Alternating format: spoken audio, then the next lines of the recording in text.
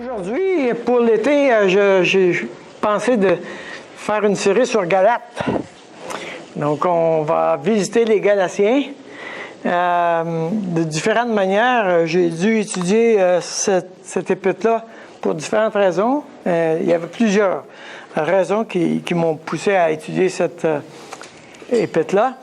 Et donc, on va essayer de visiter quelques notions qui sont présentées dans l'Épître aux Galates. Et Seigneur, puisses-tu nous aider à comprendre un peu mieux ta parole, n'est-ce pas? L'Épître aux Galates est probablement la première épître qui a été écrite après Jésus. Donc, assez intéressant parce que après que Jésus est ressuscité, les gens ont commencé à annoncer l'Évangile, mais tout de suite, on a commencé à avoir des problèmes avec le message de l'Évangile. Et pendant 300 ans, il y a eu un très grand nombre de fausses doctrines. Très, très grand nombre. Peut-être le plus grand nombre par rapport, en proportion par rapport au reste de l'histoire de l'Église depuis 2000 ans. Les 300 premières années, ça a été énorme, toutes les quantités de fausses doctrines qu'ils ont eues et avec lesquelles ils devaient se battre. Ce qui a résolu dramatiquement la chose, c'est qu'au Concile de Nicée, ils ont décidé de construire le canon de la Bible, du Nouveau Testament, c'est-à-dire quelles sont les épîtres qu'on considère étaient les épîtres qui sont inspirées de Dieu, qui sont de Dieu. Oui, il y a d'autres écrits, mais est-ce qu'on est d'accord pour cette série-là? Et à partir de ce moment-là, presque toutes les fausses doctrines sont éteintes. Parce qu'il fallait revenir à... Voici dans le texte, montre-moi ça. Cette semaine, j'ai un couple qui m'a appelé, qui avait regardé notre site web. Il m'a appelé puis m'a demandé est-ce que tu voudrais venir? On aimerait te rencontrer.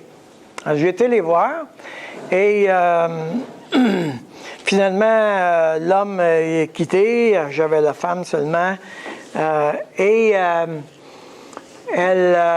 m'a dit, moi j'ai vu sur le site web Transformer des hommes pécheurs en pécheurs d'hommes. Je suis vraiment excité avec cette mission-là. Je trouve ça formidable. Et elle me raconte qu'elle a été visitée par Dieu il y a quelques années et elle est vraiment très bouillante pour le Seigneur, etc.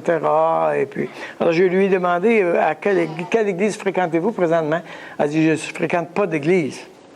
Ah! Est-ce que vous avez déjà... Oui.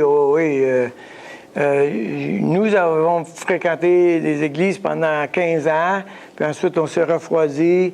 Tout à coup, Dieu nous a montré quelque chose, puis là, tout à coup, on est maintenant vraiment bouillant, mais ça fait 2 ans qu'on ne va pas à une église. Ah, OK. Elle dit, là, on cherche une église, etc. Elle dit, c'est sûr qu'il y a des petites choses peut-être qui peuvent faire un problème. Ah, là, la lumière jaune s'est allumée, hein? Alors, mais de quoi tu me parles? Ben, elle dit, franchement, le Seigneur m'a vraiment révélé que la Trinité, ça n'existe pas. Que la Trinité, ça n'existe pas. Dieu m'a montré dans la Bible, en étudiant la Bible. Alors, j'ai dit, c'est intéressant. J'ai dit, c'est un débat qui a eu lieu il y a plusieurs années, en fait 2000 ans. Et maintenant, tu reviens sur ce débat-là, etc. Oui, mais elle dit, moi aussi, j'ai l'Esprit de Dieu.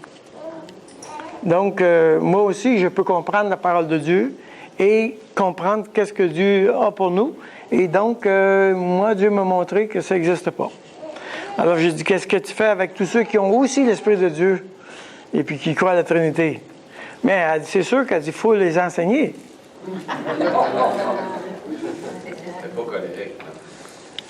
Donc, qui parle? Qui parle? Et qui j'écoute? N'est-ce pas?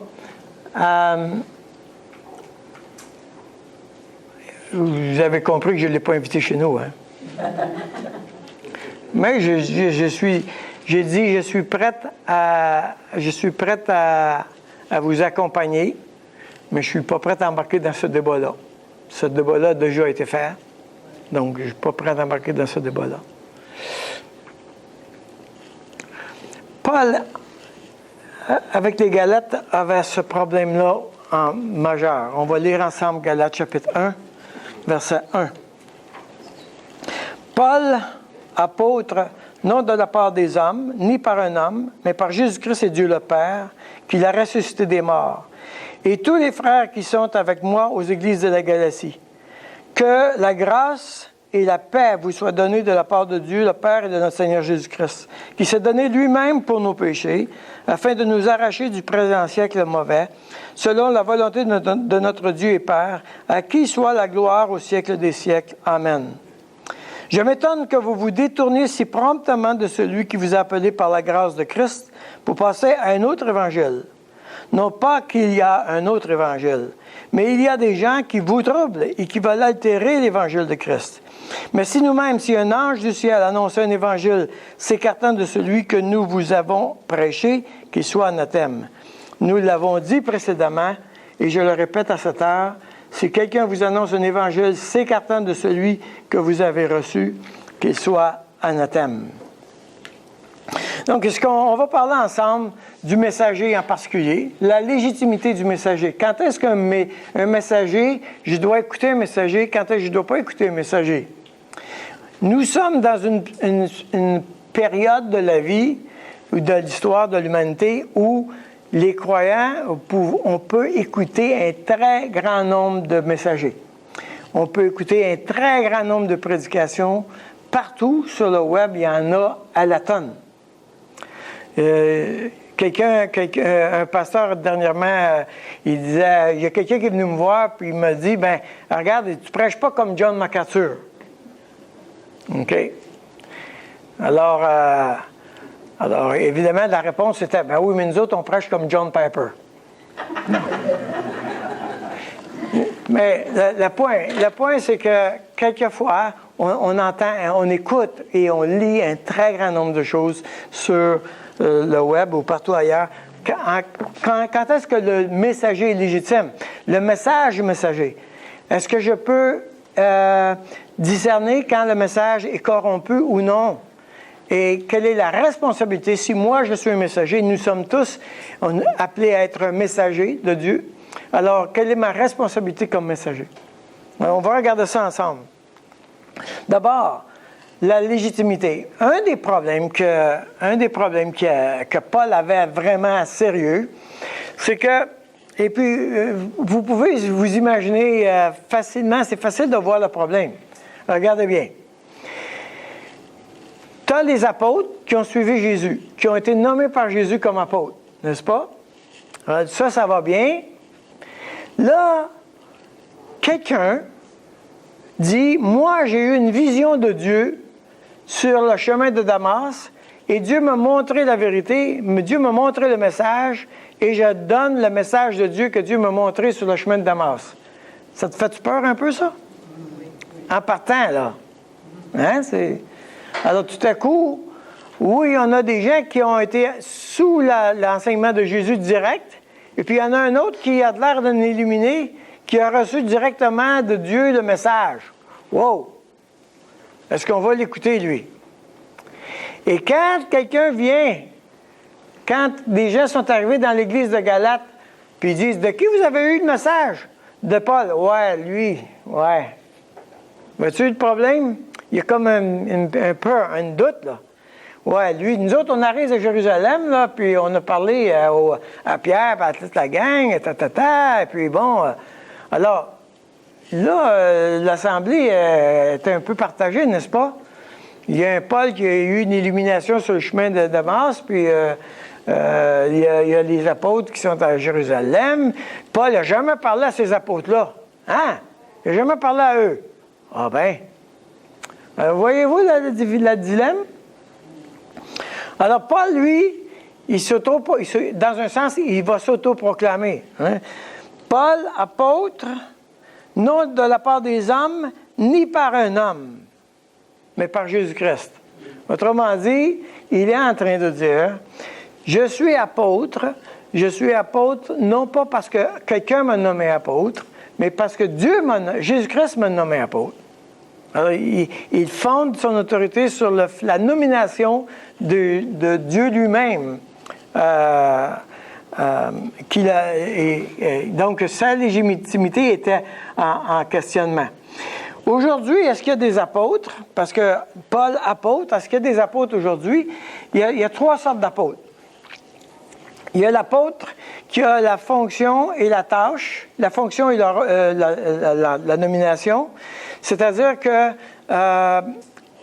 Paul avait été nommé pour aller annoncer l'Évangile d'Antioche vers l'Asie mineure. Donc, il avait été nommé, il avait été reconnu par l'Église, puis l'Église avait reconnu que Dieu l'avait nommé apôtre.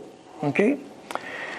Il y a aussi les apôtres, c'est des gens qui ont le don, aujourd'hui on les appelle les missionnaires, ils ont le don, les gens le voient, mais ils ne sont pas nommés à quelque part.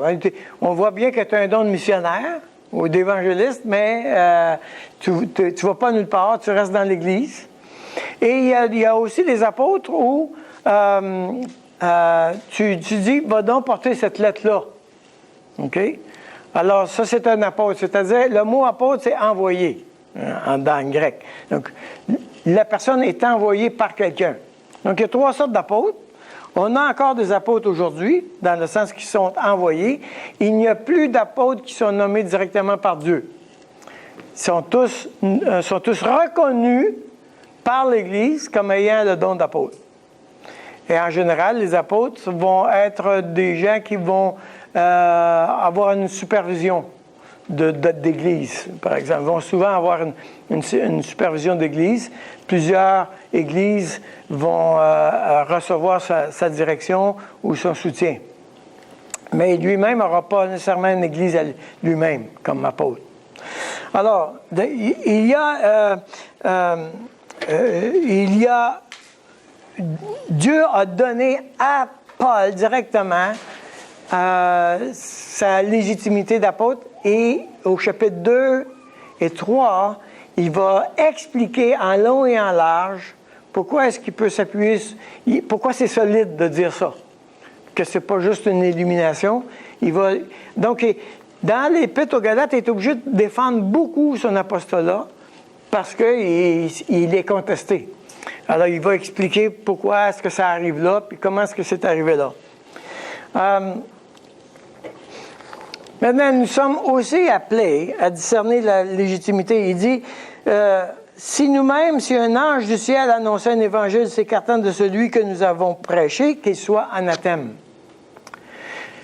Là, il est en train de dire, il peut y avoir différentes possibilités que ça vous impressionne, le messager vous impressionne.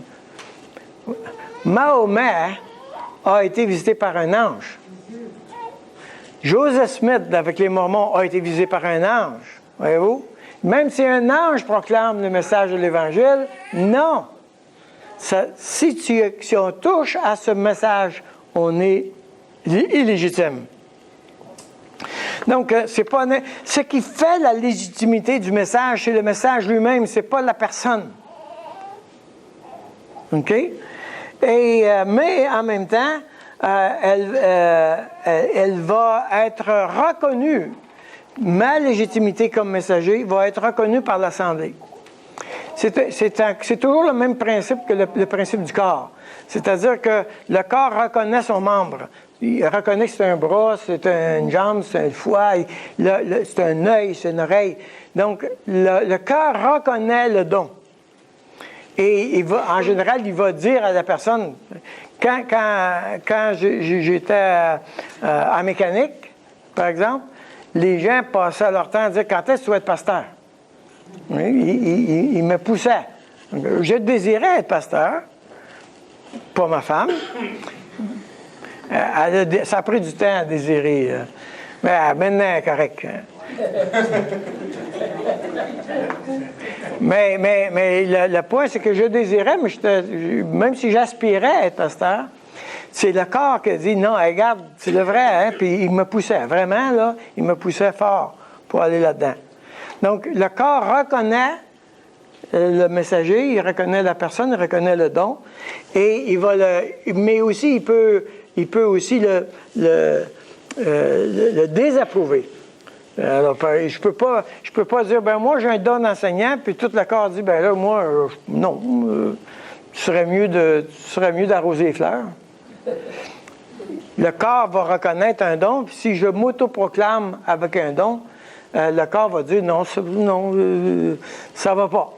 Hein? La personne qui dirait, par exemple, moi, j'ai un don de relation d'aide, j'ai un don de compassion, et si je pose la question, est-ce qu'il y a des gens qui viennent te voir pour recevoir de l'aide? Non, ils fuient. Ah ben, peut-être t'as pas tout à fait ce don-là. Là. OK? Voyez-vous? Donc, le corps va reconnaître la légitimité, mais quand j'écoute quelqu'un, quand j'ai quelqu'un de l'extérieur, tout à coup, il y a une voix qui parle sur le web, à la télévision, etc., il y a une voix. Comment est-ce que je vais voir, comment je vais lire la légitimité de ce messager-là? Ça va être dans son message. OK? Et évidemment, la question, c'est est-ce que moi, je suis un messager légitime? Est-ce que moi, comme témoin de l'Évangile, est-ce que je suis un messager légitime? Une des manières qui, je pense, a été très aidante pour l'Église, il y a eu une bataille énorme au niveau de l'Église pendant un certain temps.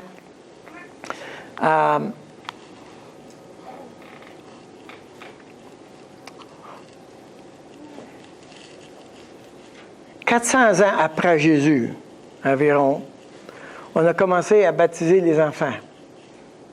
Au point que finalement, toute l'Église est devenue une église d'État, de multitude, et on baptisait tout le monde à la naissance, et on te faisait croyant à ta naissance.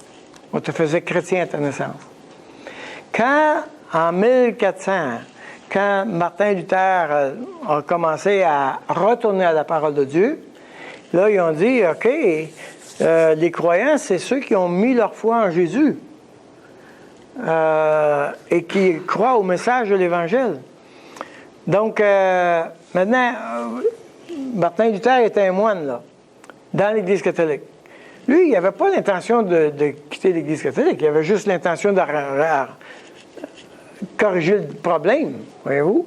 Mais évidemment, il s'est fait tasser, comme on dit. Mais là, il s'est posé la question, et d'autres comme Zwingli, Calvin, tout ça, il a commencé à se poser la question, mais qu'est-ce que le Nouveau Testament demande à l'Église?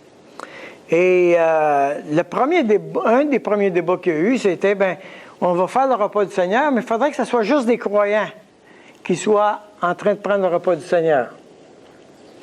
Alors, puisqu'il y avait la messe, hein, tout le monde allait à la messe, alors ce qu'il disait, c'est, si vous êtes croyants, vous restez, puis après ça, on va prendre le repas du Seigneur, les croyants.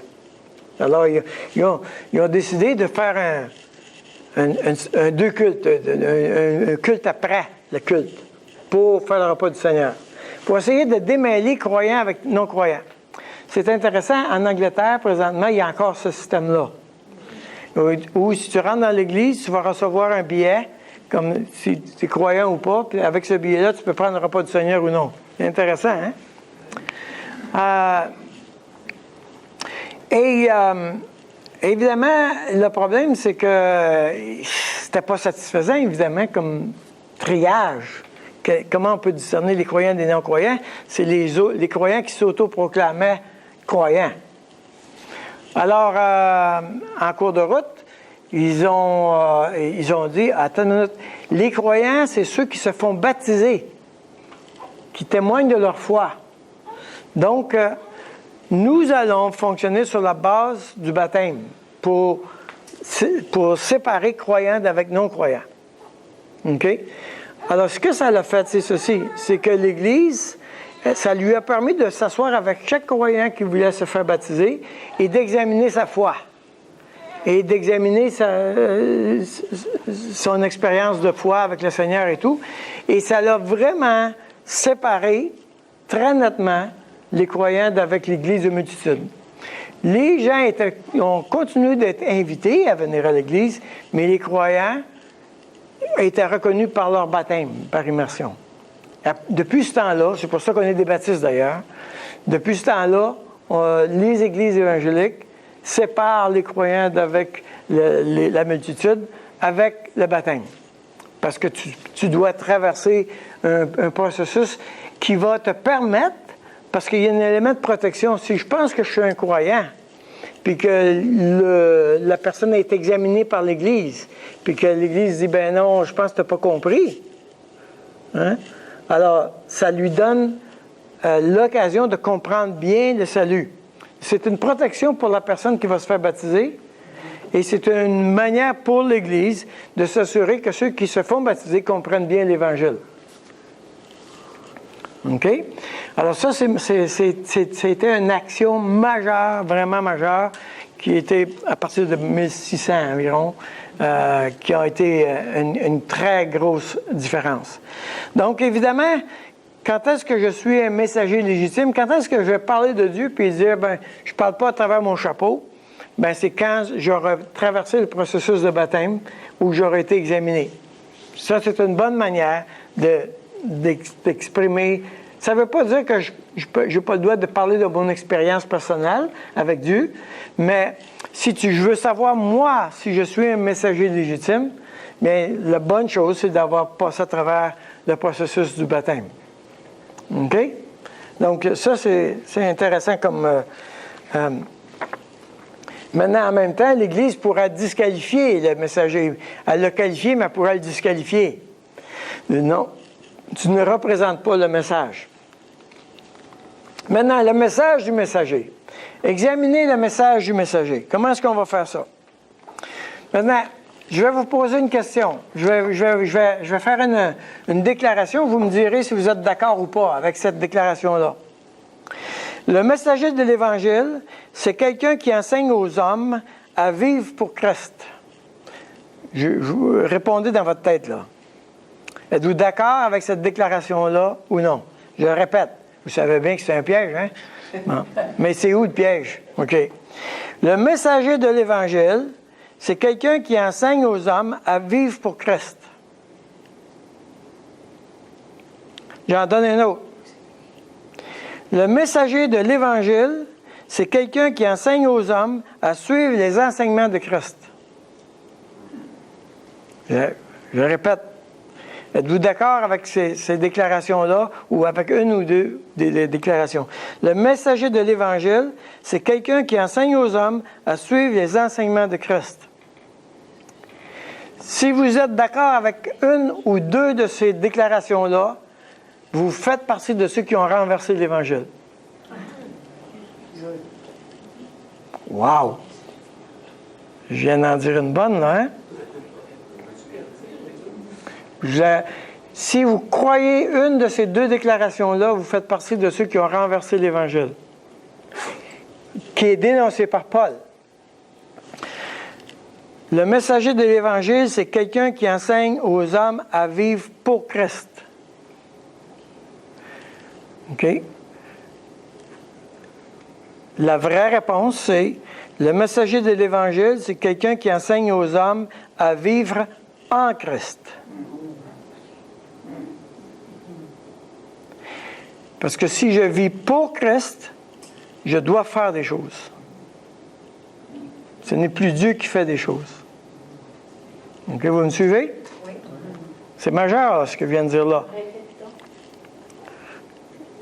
Je ne sais pas ce que je dois répéter, là. La bonne phrase. La bonne phrase. Le message, on remplace le pour en. OK? Le messager de l'Évangile, c'est quelqu'un qui enseigne aux hommes à vivre en Christ.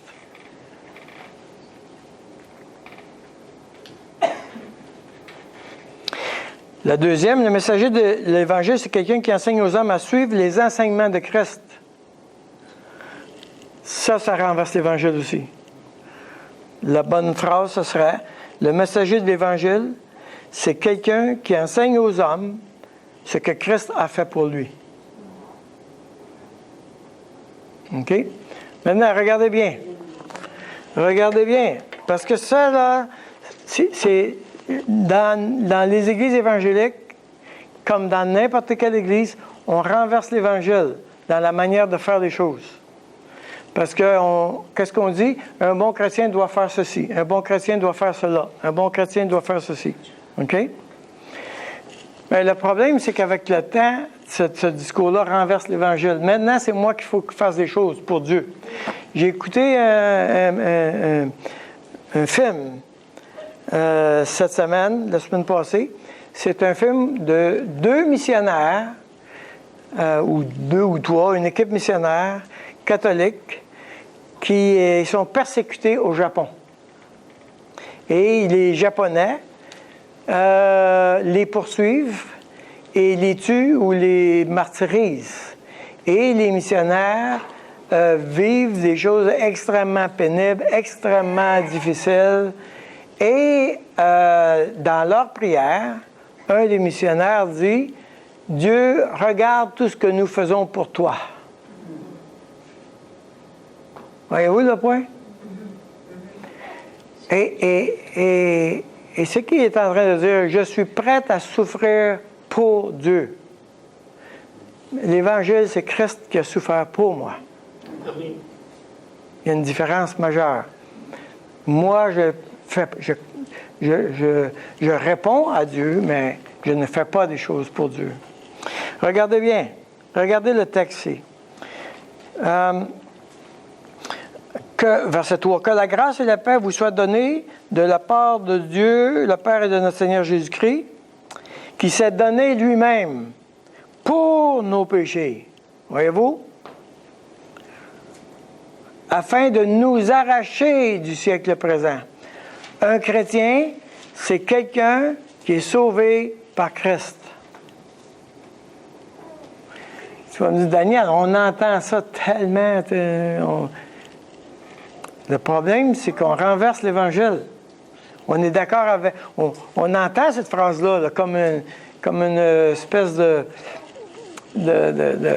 disque brisé, là, où on entend continuellement « Oui, Christ est mort pour mes péchés, etc. » Mais dans la vie, dans la pratique, dans notre pratique, nous faisons des choses pour Dieu.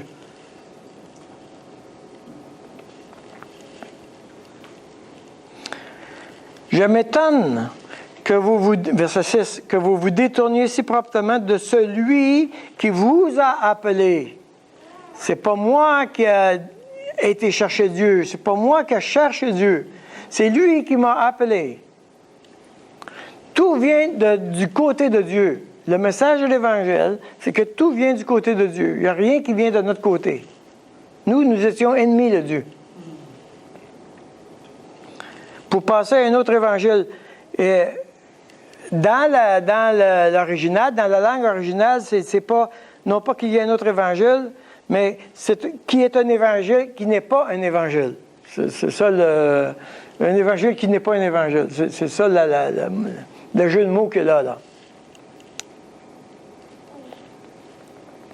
Donc, le contenu de l'évangile, le message du messager doit toujours refléter l'action de Dieu envers l'homme. Et non pas ce que l'homme doit faire ou pourrait faire ou devrait faire pour Dieu.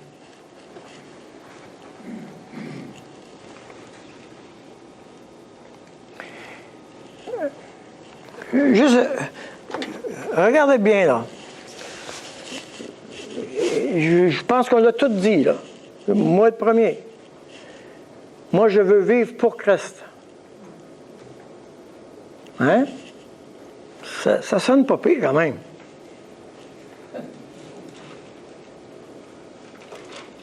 Moi, je veux vivre pour Christ. Maintenant, si je déclare, je veux vivre pour Christ, si je dis ça comme ça, quand je me lève le matin, là, je dis, OK, je suis assis sur le bord de mon lit aujourd'hui, là, je veux vivre pour Christ. Bon, ça va être quoi la prochaine question? Qu'est-ce que je dois faire pour lui? Aujourd'hui. Hein? C'est ça que je dois faire. C'est la question que je dois me poser. Puis si tu as des bonnes réponses spirituelles, bien, tu es un super croyant parce que tu en fais beaucoup de choses pour Dieu. Hein? Mais si je suis assis sur le bord de mon lit, puis je dis à Dieu, OK, maintenant, c'est toi qui vis en moi. Qu'est-ce que tu veux faire? Amen. Là, c'est pas du tout la même chose. Amen. Là, tu vas me dire, ouais, mais celui-là n'est pas facile à savoir. Là. C'est bien plus facile de savoir qu'est-ce que je veux faire pour Dieu que qu'est-ce que Dieu veut faire à travers moi. OK? Et c'est là tout le... C'est pour ça qu'on transfère facilement, parce que puisque la réponse n'arrive pas vite, bien, on dit, OK, ben moi, je vais faire de quoi en attendant? Il se décidera quand il est prêt, là, il me le dira. En attendant, moi, je vais faire ça. OK? Mais quand je veux vivre en Christ, ça veut dire qu'il va falloir que Jésus dit, je ne fais rien de moi-même, je fais ce que le Père fait. C'est fort. Lui, il était très clair qu'est-ce qu'il faisait. Puis qu'est-ce que le Père faisait, etc. Il n'y avait pas de question. Nous autres, là, le péché nous sabote le système bien comme il faut. Mais je dois apprendre. Ce n'est plus moi qui vis, c'est Christ qui vit en moi. Ce n'est plus moi qui vis, c'est Christ qui vit en moi. Voilà.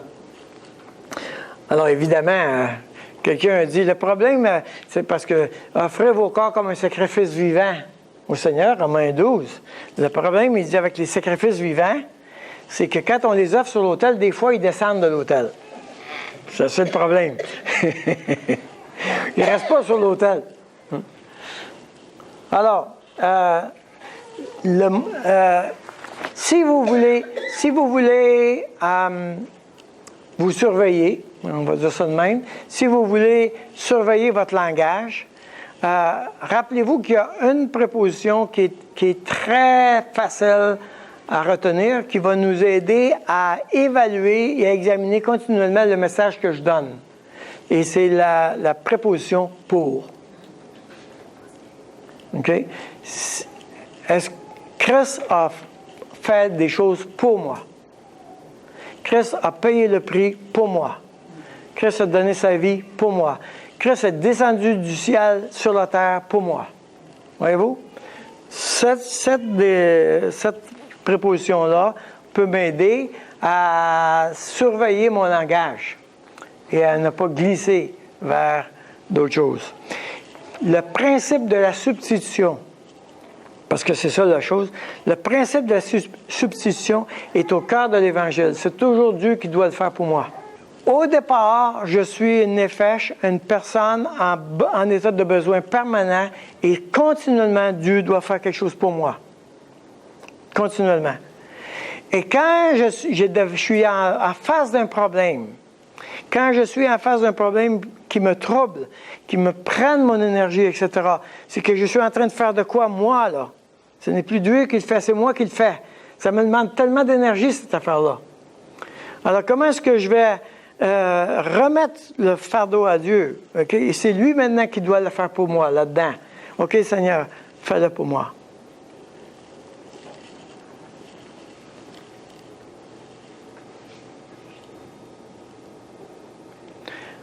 Maintenant, il faut faire attention parce qu'on pourrait penser qu'on se déresponsabilise. Ah, c'est Dieu qui va le faire. OK? Je cherche un emploi, c'est Dieu qui va le faire.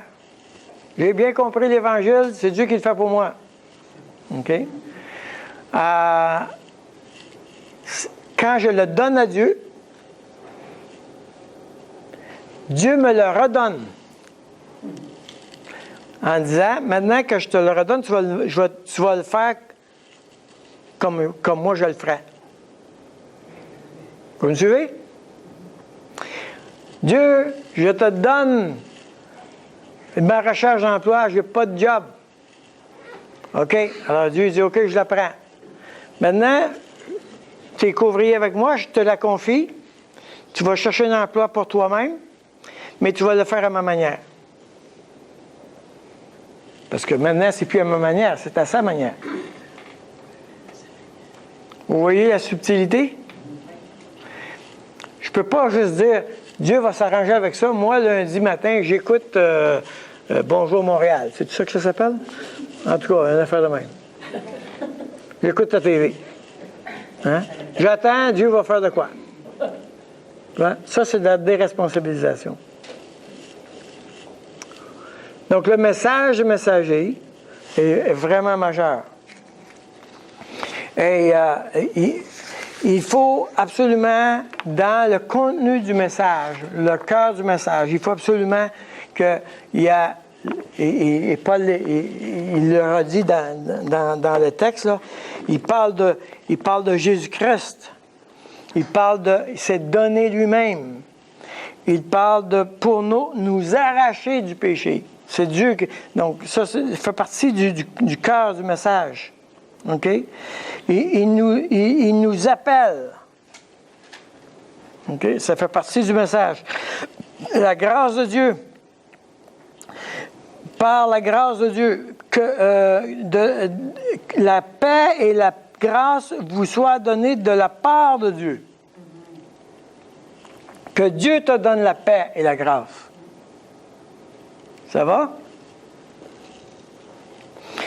Maintenant, quand quelqu'un se lève et qui parle du message de Dieu et qui renverse le message en ce qu'il maintenant me met un fardeau ou une tâche à faire, c'est moi qui dois faire des choses, quand il renverse l'Évangile, qu'il soit anathème. C'est ça que Paul dit, qu'il soit anathème. Maintenant, moi, si je suis messager, je veux être messager. Dieu nous appelle à être des témoins, donc je veux être messager. Maintenant, en même temps, je peux avoir plusieurs motivations. Ici, il dit, je m'étonne que vous vous détourniez si promptement. Okay? Et il va poser la question, c'est qui ces personnes-là qui vous détournent si promptement de l'Évangile? Quelles sont leurs motivations? Quelles sont leurs motivations pour vous détourner de l'Évangile? Et ce qu'on peut voir, c'est qu'il y a un très grand nombre de motivations. Il me semble que la personne, par exemple, la personne qui m'a rencontré cette semaine, que j'ai rencontré, je devrais dire ça de même, que j'ai rencontré cette semaine, puis qu'elle m'a dit, moi, je crois que le Saint-Esprit m'a donné la même part du Saint-Esprit que tout le monde, alors je crois que je comprends la Trinité, puis que la Trinité, ça n'existe pas. C'est quoi sa motivation? Ça, c'est venu tout de suite dans ma tête. C'est quoi qu'est-ce qui te motive à... Pourquoi? Et quand j'ai posé la question, est-ce que vous avez examiné la question des théologiens? Et pas question. Non. Moi, j'ai même l'esprit. Moi aussi, j'ai l'esprit de Dieu. Je n'ai pas besoin d'aller consulter les autres théologiens. Voyez-vous? Alors, la motivation est où je suis au centre. Je veux être au centre de la question. Je veux moi, avoir le contrôle. Voyez-vous? Je ne veux pas être soumis à quelqu'un. Je ne veux pas être influencé par quelqu'un. OK? Personnellement, souvent, vous allez m'amener un livre, OK? Ou quelqu'un va m'envoyer un article par courriel, etc. Ma première chose, c'est qui ça? Il est où? Il appartient à qui? Je ne veux même pas lire le texte. Je veux savoir c'est qui le messager. Premièrement. Ensuite, on va examiner un peu plus loin. Mais là, une fois que j'ai traversé ça, c'est quoi sa motivation?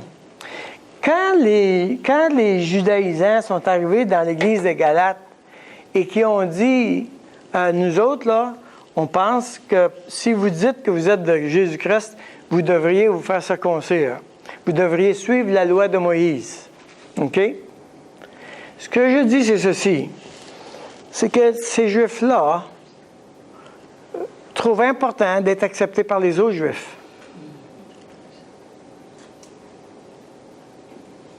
Même Pierre a quitté la table des païens à Antioche, avec Paul dans Galate. Il a quitté la table des païens quand les Juifs sont arrivés.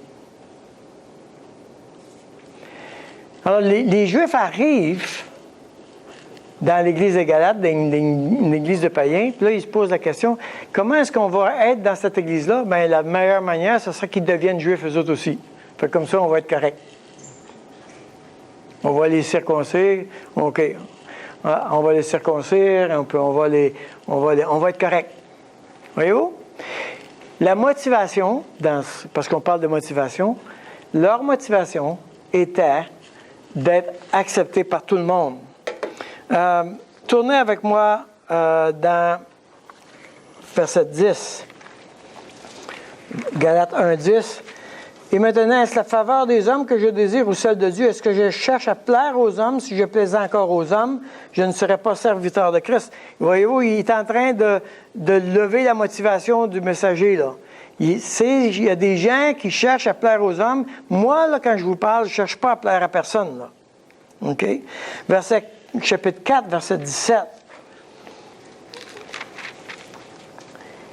Il dit... Le zèle qu'ils ont pour vous n'est pas pur, mais ils veulent vous détacher de nous afin que vous soyez zélés pour eux. C'est une autre motivation, là. Je parle, mais j'ai un agenda caché en arrière.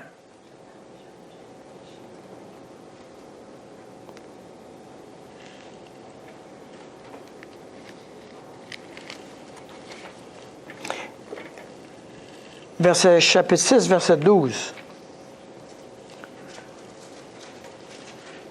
Tous ceux qui veulent se rendre agréables selon la chair vous contraignent à vous faire circoncire uniquement afin de ne pas être persécutés par la croix de Christ.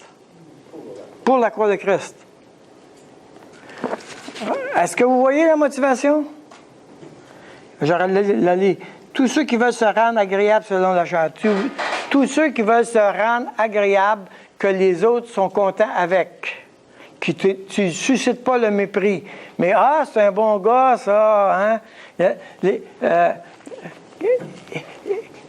C'est pas rare que tu vas annoncer l'Évangile à quelqu'un, et puis elle va te dire, moi aussi, je crois en Dieu, j'aime Dieu comme vous, et tout ça. Qu'est-ce qu'elle veut faire?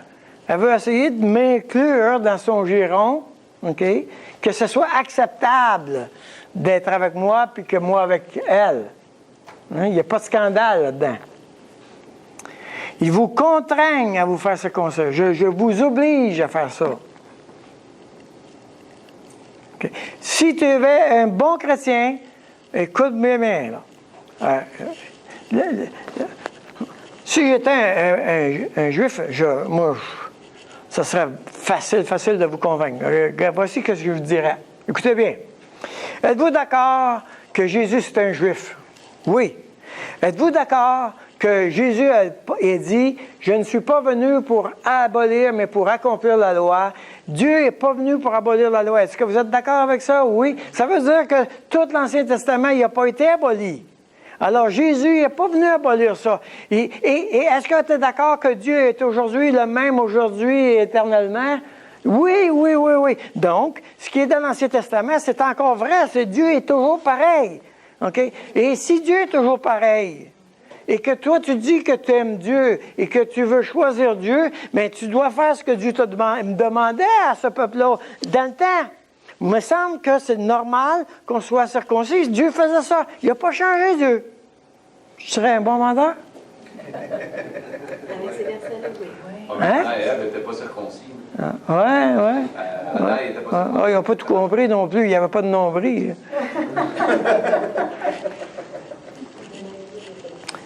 Voyez-vous le point? Voyez, l'argument est là. Il est là. Mais dans le fond, je ne veux pas arrêter d'être juif. Hein? Et s'il avait réussi à faire circoncire les païens, ça serait devenu une secte juive. Ce ne serait pas devenu le christianisme. Ça aurait juste devenu une secte juive. Eux autres, ils ont rajouté le Messie. C'est tout.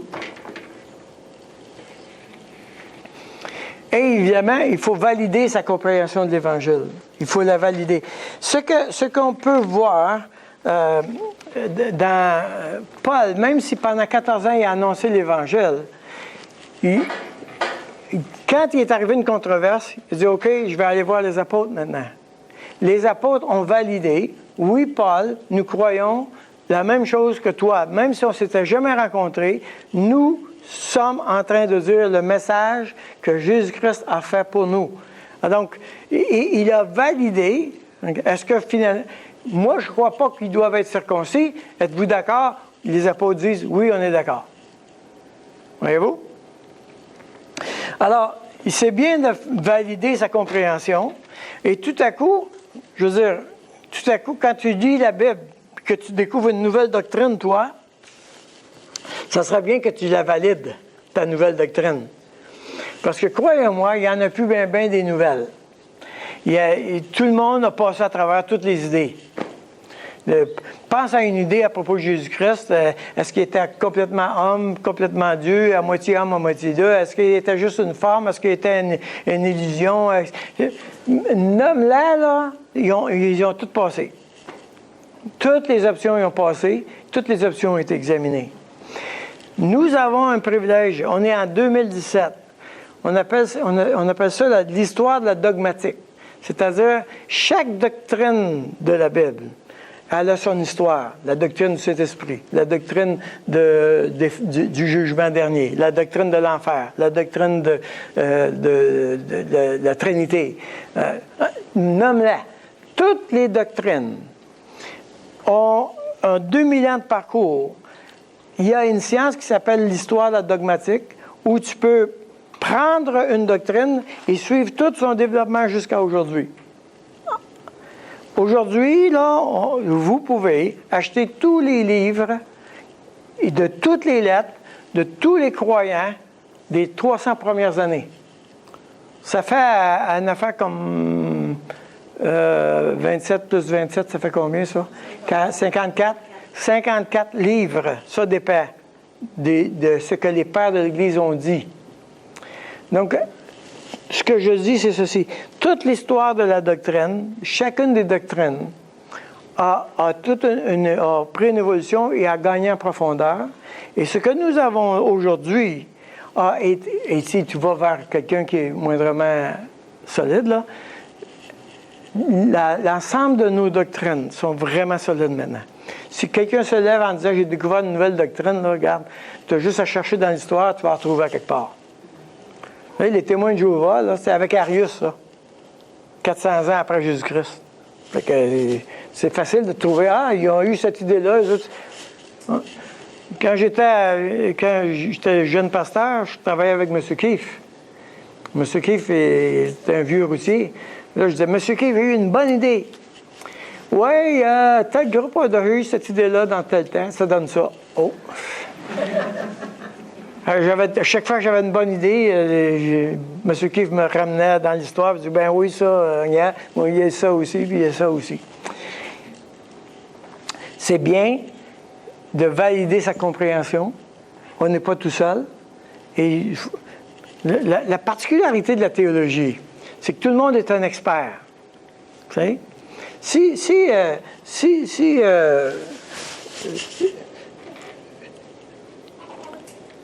je viens te voir, je suis un astrophysicien, puis que je te parle des trous noirs et puis tout ça, qu'est-ce que tu vas dire?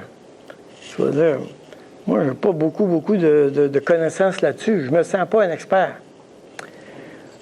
Mais si je te dis, oui, à propos de Dieu, ça, j'ai une idée. Hein? En théologie, tout le monde est un expert. Tout le monde sait quoi faire, tout le monde sait quoi penser, tout le monde sait quoi. Moi, en tout cas, c'est comme ça. Hein? Moi, en tout cas, tout d'un coup, il devient un expert. Hey!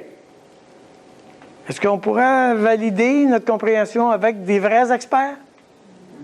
Hein? Est-ce qu'on va écouter tous les experts? Non, c'est pas parce que tu te nommes expert que tu es vraiment un expert. J'ai fait venir un cours il y a environ 2 ans. C'est un organisme séculier qui vend des cours universitaires sur vidéo. Alors, quelquefois que j'en achète, je trouve ça intéressant d'étudier avec un expert. Et là, il y avait un expert en théologie sur les premiers livres de la Bible.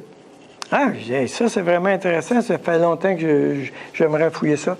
Là, je l'écoutais, puis je me disais, c'est vraiment bon, mais il y a quelque chose qui ne va pas. C'est vraiment bon, mais il y a quelque chose qui ne va pas. Rendu à la 2e session, j'ai dit, bon, ben, c'est qui ce gars-là?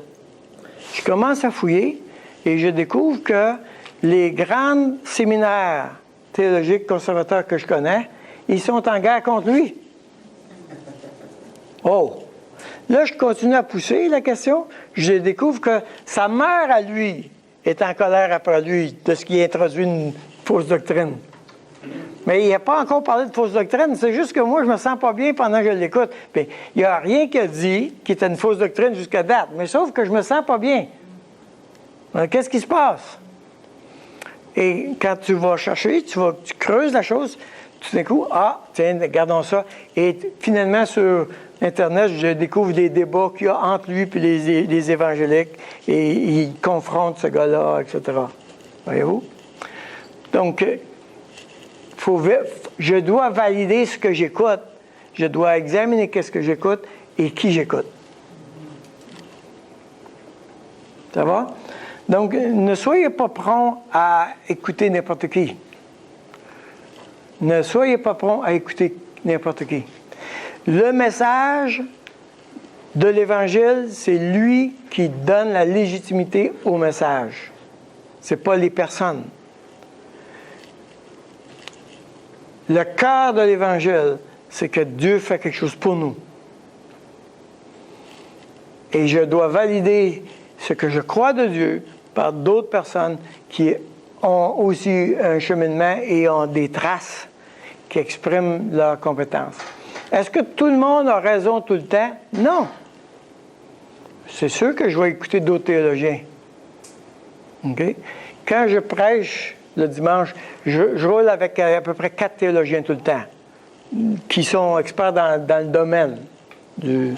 Alors, je roule parce que je veux voir expert contre expert, voir s'il y a quelque chose qui... Et c'est fascinant que les versets qui sont difficiles, bien, ils sont difficiles pour tout le monde. Alors, on ne peut pas parler avec dogmatisme sur cette question-là. Mais qui j'écoute? Qui j'écoute? Moi, je voudrais vous suggérer un bon site web. OK?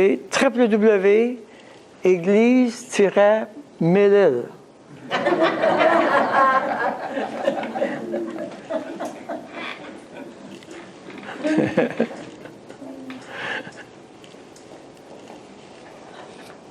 Non. Vous pouvez m'écouter, mais moi, moi, je n'ai pas le style de Piper, de MacArthur ou de Keller, ou j'ai le style de Daniel Marcoux. Hein, vous verrez avec. Mais qui j'écoute? Seigneur, de tout ce que j'écoute, toi, plus que n'importe qui, je veux t'écouter. Toi, plus que n'importe qui, je veux t'écouter. Je veux faire silence dans mon cœur et entendre ta voix.